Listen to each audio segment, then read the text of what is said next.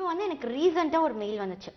என்ன அப்படின்னு நீ கேட்கணும் என்னன்னா கேளு. ஓகே என்ன அது ஸோ என்னன்னு பார்த்தீங்கன்னா இப்போ வந்துட்டு நம்மளுடைய உழவாளி ஒருத்தர் நம்மள மாதிரியே வந்துட்டு ரூமர்ஸ்லாம் கலெக்ட் பண்ற ஒரு பர்சன் என்னன்னா ரீசெண்டா காஜல் அகர்வால் தெரியும்ல அவங்கள பத்தி ஒரு ரூமர் என்னன்னா அவங்க வந்துட்டு அவங்களோட தங்கச்சிக்கு இப்பதான் ரீசெண்டா கல்யாணம் ஆச்சு. ஸோ அது தங்கச்சிக்கு கல்யாணம் ஆயிடுச்சா?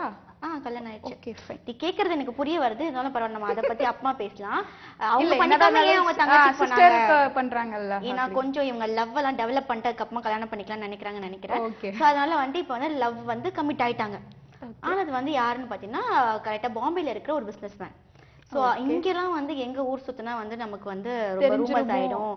எல்லாரும் எங்க ஸ்ரீ உஷா அந்த மாதிரி பிரைட் எல்லாம் பேசிடுவாங்களோ அப்படின்னு சொல்லிட்டு இவங்க என்ன பண்ணிருக்காங்க தெரியாம போயிட்டு பாம்பே அங்க எங்கன்னு போயிட்டு ஊர் சுத்தி இருக்காங்க. நம்ம ஆள் விடுவோமா போயிட்டு அழகா அதையும் பிடிச்சி நமக்கு ஒரு மெயில் அனுப்பிட்டாங்க. என்னன்னு பாத்தீங்கன்னா இது மாதிரி வந்துட்டு ரூமர்ஸ் இருக்கு, இவங்க எங்க போனாலும் வந்து ஒன்னா சுத்துறாங்க, எங்க போனாலும் ஒரே இதுவா லவ்வாயா இருக்கு அப்படின்னு சொல்லிட்டு இவங்களை பத்தி ரூமர் கதை போட்டாங்க. சோ நம்மளோட சந்தோஷம் அது இப்படி எல்லாருக்கும் சொல்றதுதான் நம்மளோட சந்தோஷம்.